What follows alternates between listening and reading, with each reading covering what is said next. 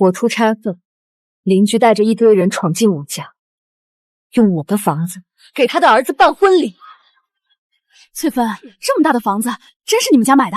当然是我家的，我儿子结婚，我们家专门买来当婚房的。这么好的装修，得花不少钱吧？房子加装修也就600多万，小杨现在有出息，这点钱算什么？小杨真有本事啊！翠芬，以后可享福了。老婆，这些都是我给你准备的，以后这里所有东西都是你的。别坏了我儿子的喜事儿。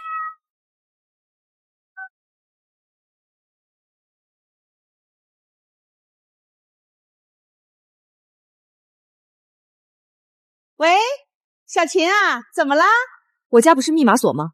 你们是怎么进来的？现在立刻让所有人滚出我家！不就是借你家办个婚礼吗？大家都是邻居，你就当帮阿姨一次。我从来没有同意过。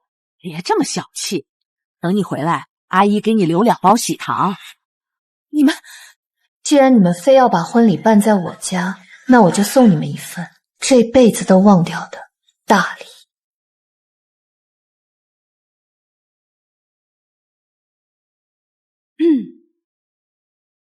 陈姐，这么早有事儿吗？哎呦，小秦啊，听说你这个月要去出差？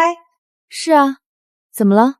也没什么事儿，就是我儿子陈阳过几天结婚，现在酒店席面太贵了，地方不够，想借你家房子用用。借我家房子办酒席？你这套房是 A 户型，比我们 B 户型大多了，装修也气派，就借你的房子用用，让亲戚们吃个饭。不行，陈姐，我这房子刚装修的，不能拿来办酒席。哎呀，大家邻里邻居的，借来用用怎么了？我保证给你收拾得干干净净。这房子我一个人住的，光装修就花了100万呢。而且我也不喜欢陌生人来我家。你这孩子怎么这么死板呢？小秦啊，你放心，我们真不动你的东西，就借个场地。真不行，你们问问别人吧。你这小丫头片子，我们又不是不给你发喜糖。再说了，这一梯2户，除了你就是我们家，我们还能找谁去借？是啊，大姐，就借一下嘛，又不会掉块肉。你这样也算是成就一桩良缘了。我自己的房子，不借就成我小气了。我说不借就是不借，请回吧。你这臭丫头！行了行了，小秦不愿意借就算了，走吧走吧，不好意思啊，给你添麻烦了，小秦。富贵，妈妈出差，你在家乖乖的。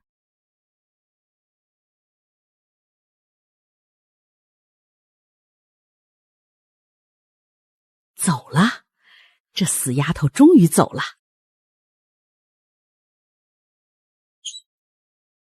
这丫头装修的这么气派，看吧，幸亏我早把她密码背下来了。快进！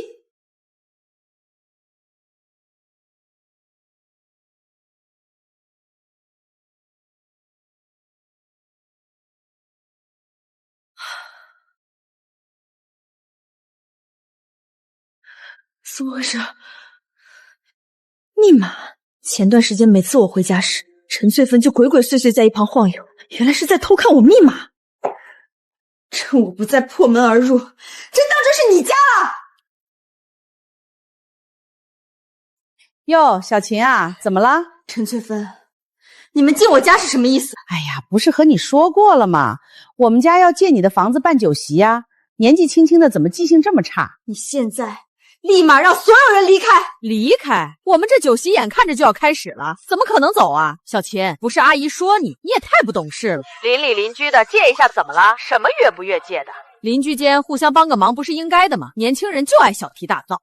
我最后再说一次，立马离开，不然我报警抓你们！小姑娘真天真，这事儿撑死了也就是邻里纠纷，你爱报就报，大不了留点喜糖补偿你。行了行了，我这边还要忙呢，烦人。您拨讲的电话无法接通，竟敢拉黑我！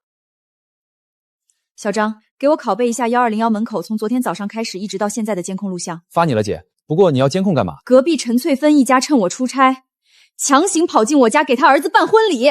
什么？你要报警吗，姐？都是邻居，要不调解一下？调解？我500万买的房，100万的装修，你是想替他们赔钱？那啥，姐你忙，我先撤了。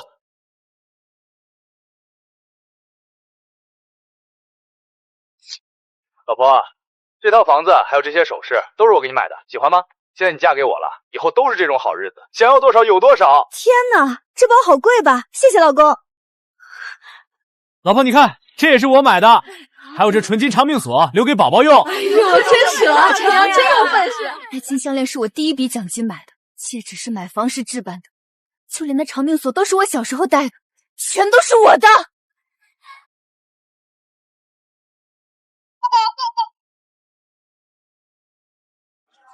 新床新床，喜气洋洋，先生儿子再生姑娘。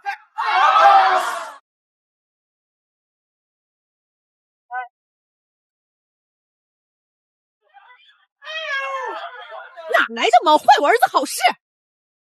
这几个王八蛋还想在我房间洞房！你好，我要报警。幸福里小区7幢1201，邻居窃取我密码非法入室，他们拿走大量奢侈品首饰，损坏昂贵家具，伤害宠物，涉案超100万。我有全部监控录音。好的，您确定没有授权他们使用房屋？我确定，这是非法入室和盗窃，要求立刻刑事立案。了解，立刻派警前往。陈翠芬，既然你们执意如此，那就等着自食恶果吧。陈姐，你家这灶台太脆了，我刚刚一颠锅，大理石台面直接给裂了一大块啊！哎呀，没事儿没事儿。哎呦，陈姐，你看这沙发，一点小事儿不用管，旧的不去，新的不来嘛。陈姐现在是不一样了啊，小杨出息了，买了这么大的房子，还有这么好的装修，还给大家这么多好东西，真是大王，这得花不少钱吧？哎呀，没有多贵，这房加装修也就600万。为了图方便，我们干脆就把旁边那户小一点的一起买了，一家人住图个方便嘛。了不得啊，小杨出息了，以后可得帮帮我们这亲戚啊！一定一定。老婆，咱们这样会不会太过分啊？秦叔那丫头回来看看，不得把我们生吞活剥了？怕什么？他也能翻出天来。嘿嘿，也是，他能拿我们怎么样？你好，派出所的，有人报警说你们非法入侵住宅。怎么了？秦叔那个死丫头真报警抓我们了！哎呀，赶紧小声点的，今天可是重要日子，不能被他搞砸了。大家和好。谁是陈翠芬？我是，警察同志，你们这是干什么呀？别搅和我儿子的婚礼啊！你涉嫌非法侵入住宅，故意损坏财物，并且盗窃，请你和你的家人跟我们走一趟。警察同志，你们说什么我听不懂啊？你是不是陈翠芬？是，这房子是不是你的？也是。那你把房产证拿出来我看看。是我邻居的，但他同意我们用的。房主同意你用了吗？他给你打电话，你把他拉黑了，对吧？我们刚接到报警，人家明确说没有授权。人家还说你们拿走了他的金首饰、奢侈品，全部都有监控，你们的行为已经涉嫌刑事犯罪，现在已经正式立案。凡是来过这间屋子里的所有人，全都留在原地，不许动。什么意思？这房子不是你的，陈翠芬，你胆子也太大了吧！你存心拖我们下水啊！你这不是把我们往死里害吗？警察同志，我们只是来实习的，我们什么都不知道啊！我们就是借用2天，所有东西我们都会收拾好的，怎么就犯罪了呢？这是我孙子的婚礼，你们想干什么？哎呦，没天理啦！欺负老人啦！老人家，撒泼抵赖是没有用的，现在证据确凿，你们只能好好配合调查。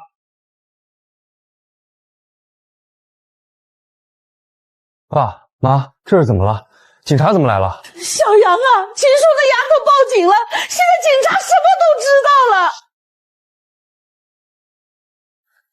陈阳，这到底是怎么回事？这位小姐，你们婚礼所使用的房子并不是你老公他们家的，而是他们邻居的房子，且使用未经授权。这件事你知道吗？你不是说这房子以后是我们的婚房吗？什么叫是你邻居的房子？谁动过这里面的东西？小杨，那些首饰不是你的吗？当然是我的。这些都是你买的？对，我买来送我老婆的。购买记录有吗？时间太久了，谁还留那个？警察同志，这是误会。那请你解释一下，为什么这上面刻着“秦叔平安长大”？陈阳，你刚才亲手把这个给我，说这是你家祖传的，现在为什么刻着别人的名字？小暖，你听我解释。别碰我！我都不知道你嘴里还有几句真话。警察同志，他跟我说这套房、这些首饰还有柜子里的包，全是他准备结婚用的。我愿意配合一切调查。各位旅客，欢迎抵达警察同志您好，我是秦叔，我刚落地。金女士，你到了以后先别急，现场已经完成初步登记和证据固定，法律追究的是具体行为，要靠证据说话。我明白，谁没做不能冤枉，谁做了也别想跑。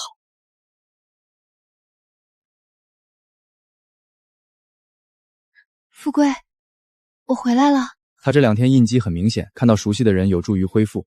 您别急，让他自己慢慢靠近。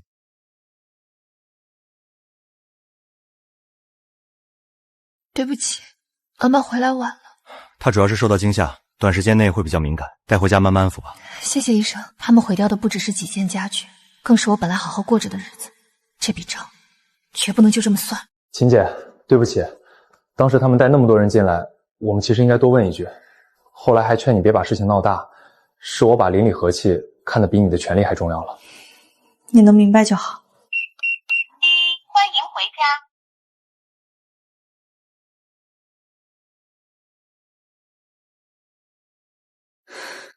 我拍下这些不是为了记住噩梦，而是为了有一天让他们把每一分钱都吐出来。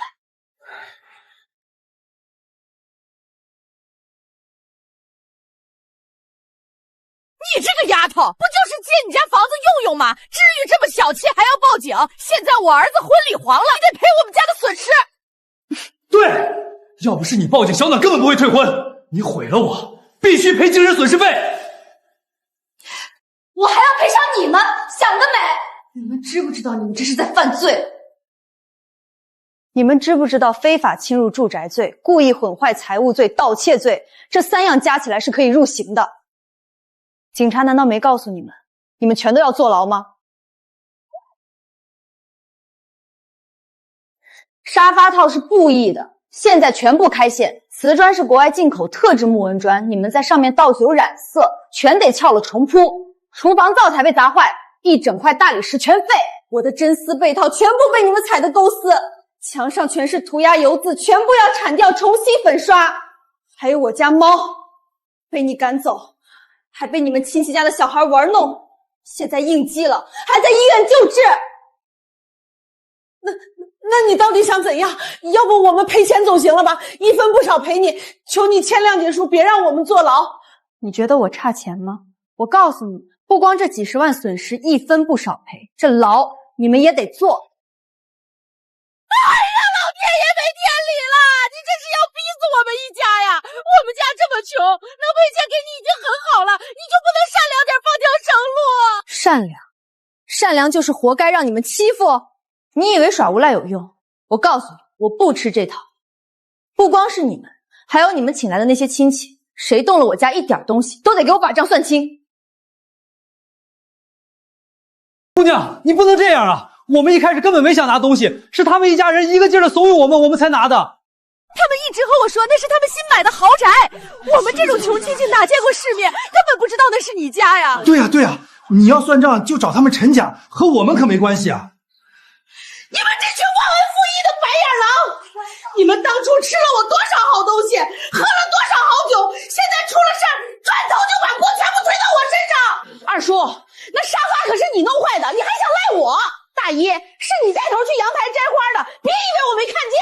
小海，那酒是你倒在地上的，还有三舅主卧的床和那只猫，都是你家孙子折腾的，你得赔。别以为我不知道你们安的什么心，你们就是看不惯我们家能用这么大的房子，才到处搞破坏，现在出事了想跑，做梦！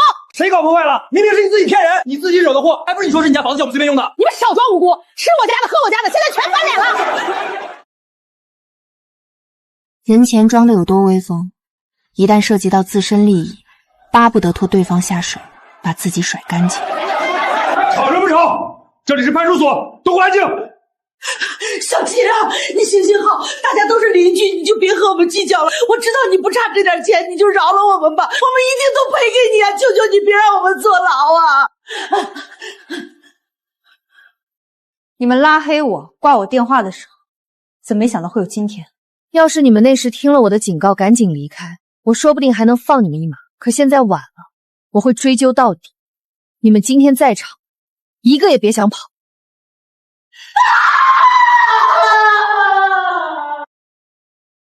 姓秦的，你给我站住！赔你钱可以，但礼尚往来，你得给我们老陈家当媳妇儿，不然你们别想让我们赔1分钱。你说什么？让我嫁给陈阳？对，就是让你嫁给小杨，都是因为你的举报才让小杨的亲事毁了，你当然得赔。我们赔你房子的钱就当做是给你的彩礼，嫁进来之后你得伺候公婆，还得端茶倒水伺候我和小杨，不然我就去举报你乱收高额彩礼。你凭什么觉得我看得上你那个一事无救的罪犯孙子？记住，那是你们给我的赔偿款，不是彩礼。我也从来没说过要嫁到你们这种垃圾堆里。哎呦，大家都来看看呀！我这个不孝的孙媳妇儿收了我们家那么多彩礼钱，现在不肯嫁过来了。现在的年轻人啊，专门欺负我们这种老实家庭，拿了天价彩礼就说不嫁了，这就是赤裸裸的骗婚嘛！可怜我那老实巴交的孙子，不仅被骗了钱，现在还被他栽赃送进了警局，真是又要钱又要命啊！我都这把年纪了，就想着抱重孙子，颐养天年，结果还要遭这种罪，欺负人了！这个世上还有没有天理王法了？这小姑娘看着穿的挺体面，没想到是这种人。是啊，拿了人家彩礼又不结婚，还把人弄进局子里，简直是令人发指啊！还这么欺负一个白发苍苍的老人，有没有点良心啊？哪有这么丧心病狂的，非要逼死人家一家才甘心吗？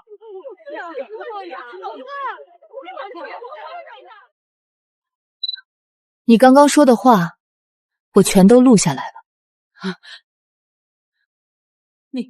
你什么意思？意思就是，接下来我可以告你造谣，足以让我告你寻衅滋事和诽谤造谣，这将成为呈堂证据，让你罪加一等。这到底什么情况？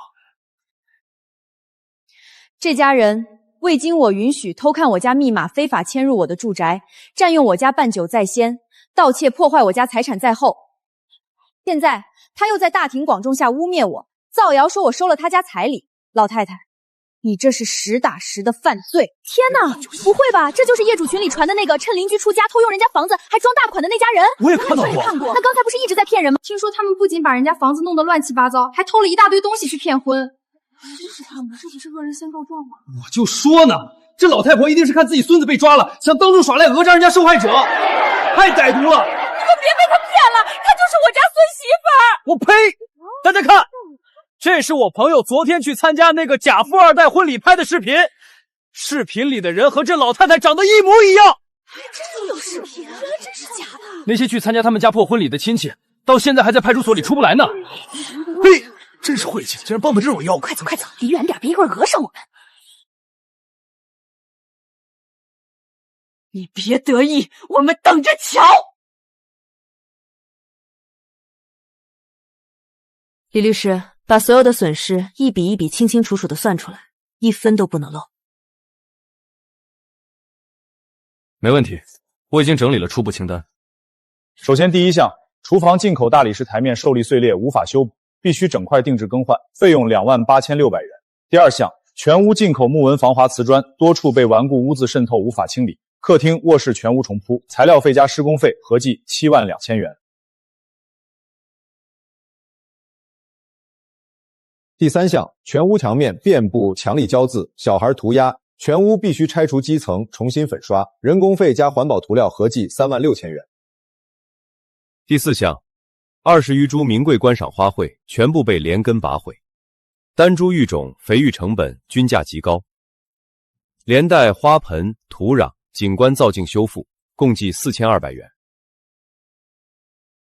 第五项，入户门室内门框有大量喜字残胶腐蚀漆面，伴随多处严重磕碰划痕，全屋门陶补漆、门板翻新5800元。没错，所有软装全部换掉。他们未经我允许，让一群陌生人在我家狂欢过夜。现在我家里全是他们留下的气味、肮脏的痕迹，我光是看着就觉得恶心。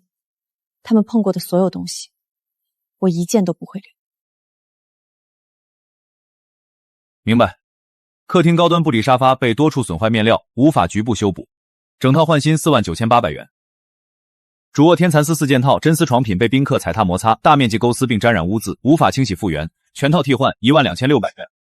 定制实木大床遭受孩童长时间反复蹦跳，导致床架连接处松动，床板严重磨损刮花，修复加固及漆面修补共3700元。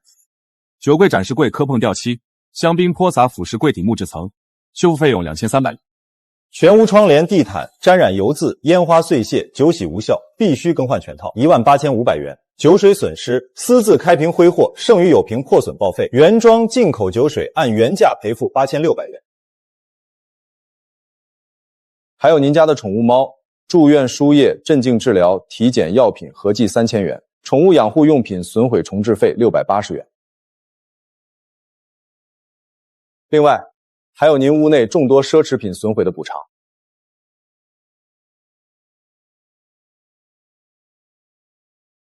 秦小姐您好，您送来的那批高定香水限量版包包均发现不同程度的划痕、液体污染和物理磨损。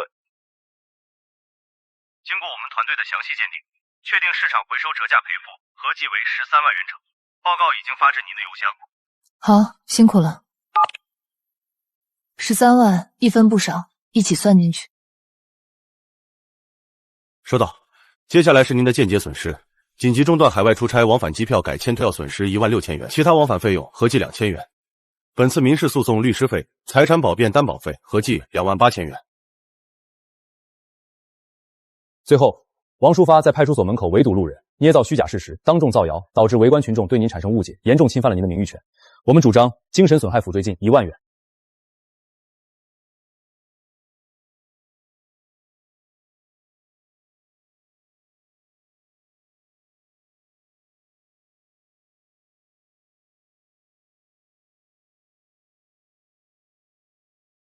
43万，你抢钱呀！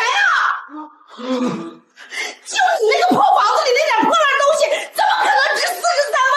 你这是讹诈，是敲诈勒索！我要去法院告你！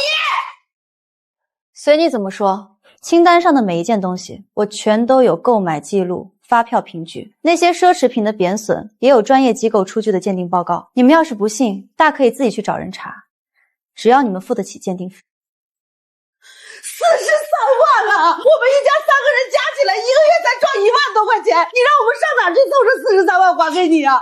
小秦，祖宗，是我们鬼迷心窍，对不起你，求求你高抬贵手，放了我们这一家子吧。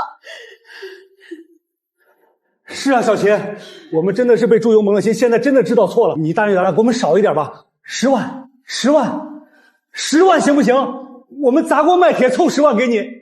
43万多的真金白银损失，想让我一张嘴就给你们减到10万，你们几位是有多大的脸，多大的面子？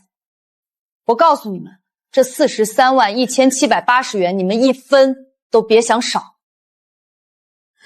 我们哪有那么多钱还你？我们一家4口人还要吃饭，还有车贷、房贷要还，我们怎么可能还得起这40几万？为什么非得逮着我们不放？你怎么就这么恶毒啊？你就不能发发慈悲少点吗？我恶毒？你们像做贼一样偷看我家密码，非法闯进我家的时候，有没有想过自己恶毒？你们拉黑我，抢我的东西，送人充面子的时候，有没有想过这一天？走到今天这一步，全都是你们贪得无厌，咎由自取。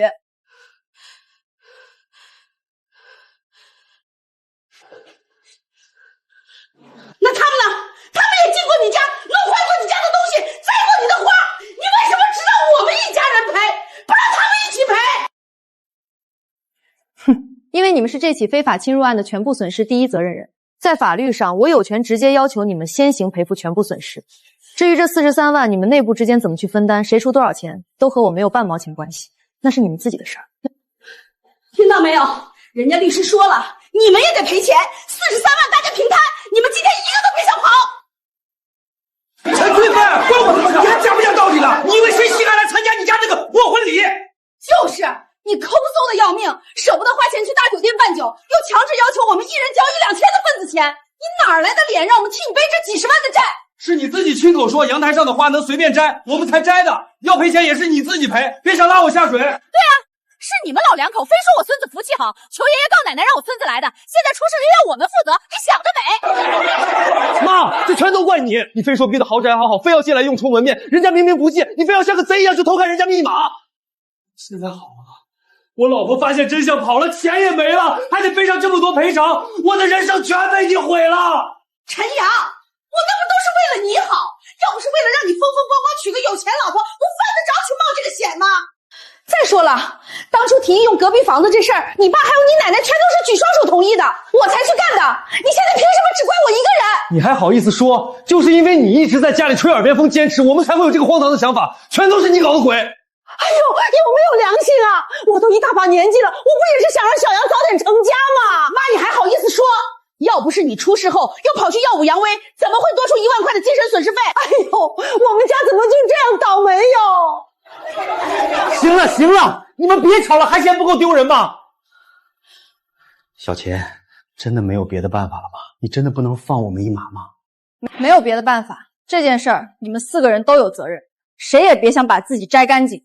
陈翠芬，是你偷看我家门锁密码，是你带着一群人擅自闯进我家办婚礼，我打电话让你们离开，也是你挂断电话把我拉黑，还拿着我的戒指冒充豪宅主人，在亲戚面前炫富。陈阳，是你擅自翻开我的衣柜和首饰盒，拿走我的名牌包、金项链、戒指和长命锁，还把它们送给新娘，谎称房子和东西全是你买的。你不是不知道那是我的东西，你是明知道还故意占为己有。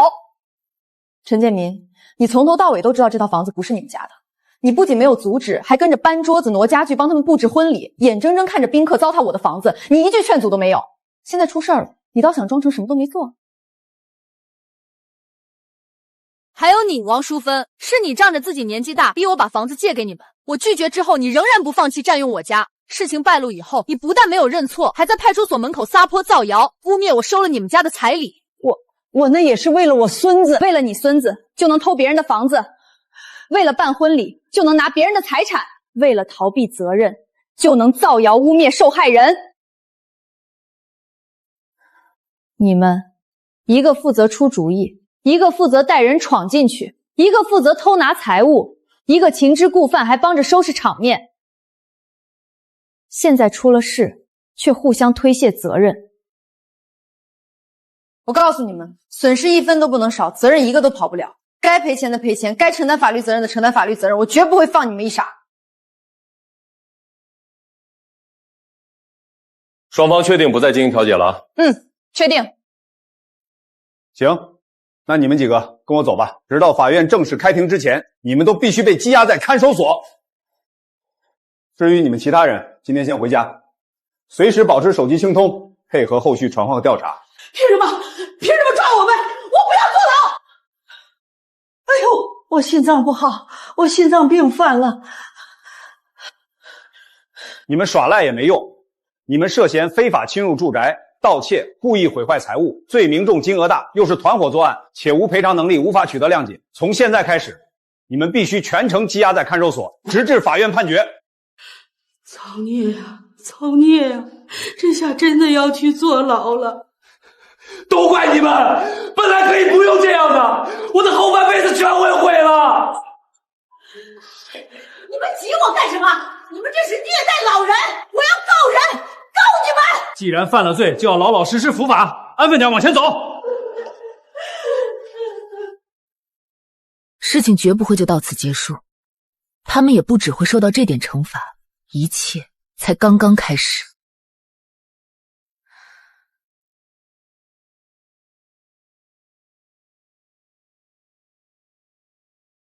希望我的经历能让更多人在遇到类似事情时，知道该怎样依法保护自己。住宅被别人擅自占用，可以报警处理。证据真的太重要了。看完终于知道维权流程了，支持依法维权，不要私下冲突。原来报警定损、保存证据，一个步骤都不能少。把他们的信息公布出来，让大家一起骂他们。这种人就该曝光。案件已经进入司法程程，请大家理性讨论，依法维权，不要发布任何个人信息，也不要辱骂、攻击任何当事人，一切结果以司法机关依法处理为止。支持还是应该依法处理，学法律知识比围观更有意义。希望以后大家都能尊重别人家的边界。真正让人承担后果的，从来不是网络，而是法律。哦，新娘也出来说话了。大家好，我是视频里出现的新娘。目前我们已经和陈家退婚，所有彩礼、金钱等已经全数退还，今后没有任何关系。陈阳所送的屋主物品，我们在当时离开时都已经留下，并未带走。我们相恋5年，原以为他是个值得托付的人，非常感谢屋主及时报案，让我认清真面目。如果需要证人，我乐意配合。干脆利落，是个聪明姑娘，不拖泥带水，这波反击漂亮。小钱，我们知道错了啊，我们卖车卖房都赔你这笔钱好不好？求求你签下谅解书吧，我们一家人真的不能坐牢啊！秦姐，我还年轻，我不能有案底啊，我还要找工作，我求求你放过我一次吧。你们当初早干什么去了？现在想我谅解你，没门儿。现在继续开庭。法官大人，我的当事人们虽然有过错，但主要是出于无知和邻里之间的虚荣心，并未销赃，恳请法庭从轻处罚。反对，被告人非法侵入他人住宅，并对原告的高档装修、名贵物品进行肆意破坏，案发后毫无悔意，社会影响极度恶劣，绝无从轻症状。经审理查明，被告人陈翠芬在房屋所有人明确拒绝出借住宅的情况下，仍伙同家人窃取门锁密码，擅自进入并占用他人住宅举办婚礼。在被害人秦叔发现并明确要求退出后，陈翠芬仍拒不离开，并将被害人的住宅冒充为自家房产，放任他人使用、翻动和损坏屋内财物。被告人陈阳明知涉案住宅包袋及首饰均不属于自己，仍擅自打开衣柜和首饰盒，将贴人财物取出，并冒充个人财产赠与他人。被告人陈建民明知房屋所有人没有授权，仍积极参与进入住宅，搬动家具、布置婚礼和接待宾客。在被害人要求立即退出后，仍未停止相关行为。被告人王淑芬明知房主不同意，仍参与商议并支持家人擅自进入，占用他人住宅，其行为同样应当承担刑事责任。法官，我年纪这么大了，我真的不是故意的。肃静。被告人陈翠芬、陈阳、陈建民和王淑芬的行为侵犯了公民住宅安宁和财产权利，均应依法惩处。被告人陈翠芬犯盗窃罪、非法侵入住宅罪，数罪并罚，决定执行有期徒刑3年，并处罚金人民币2万元。3年。被告人陈阳犯盗窃罪、非法住宅罪，数罪共罚，决定执行其徒刑3年，并在处罚金人民币2万元。我还年轻，我不能坐3年牢啊！你实施犯罪时，就应当考虑相应后果。被告人陈建民犯非法侵入住宅罪，判处有期徒刑2年。法官，我只是跟着他们进去，我没有拿东西啊！你明知房主不同意，仍积极参与搬动家具、布置婚礼，并在被害人要求退出后继续占用住宅，不代表无需承担其他犯罪责任。被告人王淑芬犯非法侵入住宅罪，判处有期徒刑1年，缓刑1年。缓刑并不等于无罪，更不代表你可以不受约束。鉴于你年事已高，在共同犯罪中作用相对较小，没有直接拿取涉案财物，且具备社会进程条件，本院依法对你适用缓刑。缓刑考验期内，你必须依法接受社会进程，定期报告活动情况，遵守监督管理规定。未经允许，不得接近、跟踪、骚扰、威胁被害人秦叔。若在缓刑考验期内再次违法犯罪，或者严重违反市会族中规定，将依法撤销缓刑，收监执行原判有期徒刑1年。涉案包袋、首饰及其他财物依法返还被害人秦叔。对于已经损坏、喵失或者产生贬值的财物，由相关责任人按照司法鉴定确认的损失予以赔偿。4名被告人对于共同进入、占用宅以及共同实施叫嚣帮助实施的侵权行为，在责任范围内承担相应赔偿责任。其他婚礼参与人员造成的财产损失，由实际行为人及未成年行为人的监护人依法承担。法官，我们愿意赔钱，我们买车卖房都赔，能不能不让我们坐牢？秦叔，小秦，你快跟法官说，你愿意原谅我们。我只接受依法赔偿，不出具谅解书。你怎么这么狠呢？我给过你们机会，我打电话让你们离开时，你挂断电话，还把我拉黑。公民住宅受法律保护，邻里关系不是侵犯他人住宅和财产的理由。所谓人情往来，更不能凌驾于法律之上。本案各办告人明知没有获得房主许可，仍擅自进入、长期占用并处分他人财物，必须为自己的行为承担相应法律后果。如不服本判决，可在收到判决书之日起10日内，通过本院或者直接向上一级法院提出上诉。完了，劝我3年，都是你们干的好事，现在好了吧？贪小便宜吃大亏，从今以后我们一家都没脸见人了。走吧，李律师，这里太吵了。秦小姐，法院已经启动强制执行，拍卖他们名下的车辆和房产，速度很快吗？剩余未补足款将在他们服刑完毕恢复收入后，按月强制划扣，直至全款结清。多谢李律师了。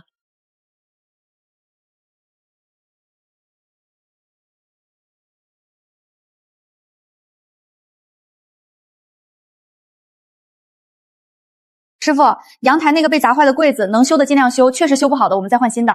放心吧，秦小姐，包你满意，绝对跟新的一样。秦小姐，富贵心理创伤恢复得很好，可以出院了。富贵，我们回家了。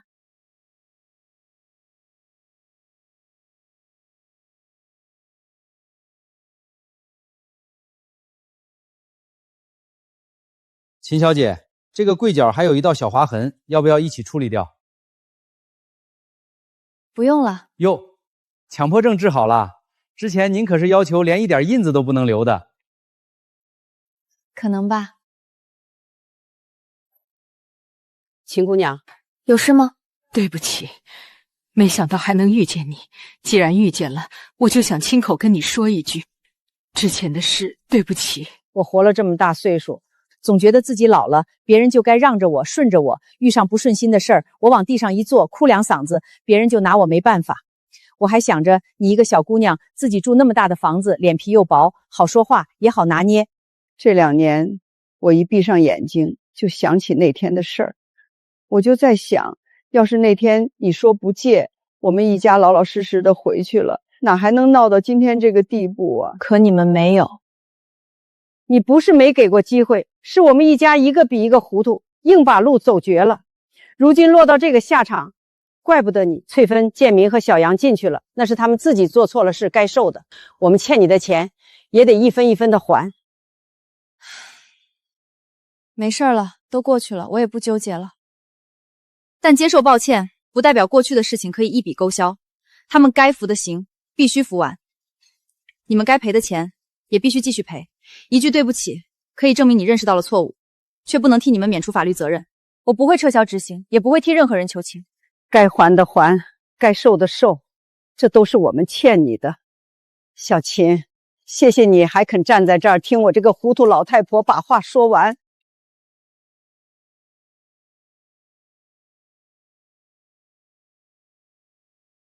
李律师，我刚又收到一笔执行款，金额不大，怎么回事？陈阳已经结束服刑，开始工作了。他现在在做什么？在一家工厂做普通的技工，相关部门有就业帮扶。他现在是按照自己的微薄收入，每个月按比例继续履行对你的赔偿义务。挺好。既然如此，陈阳他们也托我给你转交一封信。没事，我就先走了。秦姐，在里面待了几年，我才明白，我最大的错是为了面子把别人的东西当成自己的。我现在也找到了工作，踏实生活。这些年我会继续履行赔偿，你不用原谅我，我只是应该向你道歉。哎，这可不能乱踩。今天不讲复杂的法条，我只总结几件我在维权中做对的事。第一，明确拒绝的时候说清楚。第二，发现异常，第一时间保存原始记录。最后就是不要私下报复，要学会合理维权。还有最重要的一点，邻居之间当然应该互相帮助，可真正的互相帮助，前面永远还有2个字：自愿。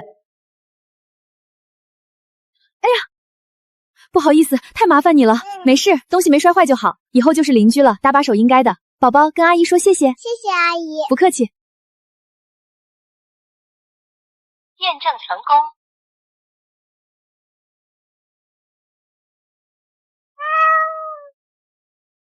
我回来啦。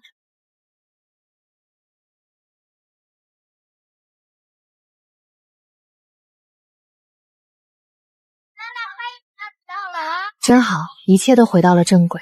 我没有忘记曾经发生过什么，但从今天起，那些人的错误再也不能占据我的生活。